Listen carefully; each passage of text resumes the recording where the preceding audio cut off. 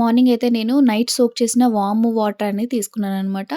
అది డైజెషన్‌కి చాలా మంచిది. అలాగే ఎనర్జీ కోసం నైట్ 5 ఆల్మండ్స్ అలాగే 5 వాల్‌నట్స్ అనేవి సోక్ చేసి పెట్టుకున్నాను. అవి తీసుకున్నాను. నెక్స్ట్ బ్రేక్‌ఫాస్ట్‌కి ప్రోటీన్ రిచ్ అయిన పన్నీర్ పోహా అనేది చేసుకున్నాననమాట. రెసిపీ కోసం కామెంట్‌లో పన్నీర్ అని టైప్ చేయండి. నెక్స్ట్ పన్నీర్ పోహా వీడియోతో మీ ముందుకొస్తాను.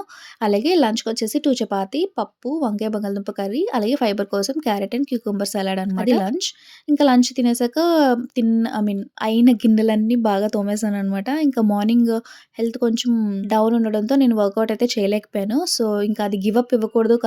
కన్సిస్టెన్సీ మ్యాటర్స్ కాబట్టి ఈవినింగ్ అయితే వర్కౌట్ అనేది కంప్లీట్ చేస్తాననమాట. So, this is day 2 of my fat loss journey. So, ఇంకా ఇప్పుడే స్టార్ట్ అయింది కాబట్టి చాలా అబ్‌స్టాకిల్స్ అనేవి వస్తాయి. So, I shouldn't give up అని చెప్పి నేను గివ్ అప్ అయితే ఇవ్వలేదు. So, consistency is more important than the perfection కదా!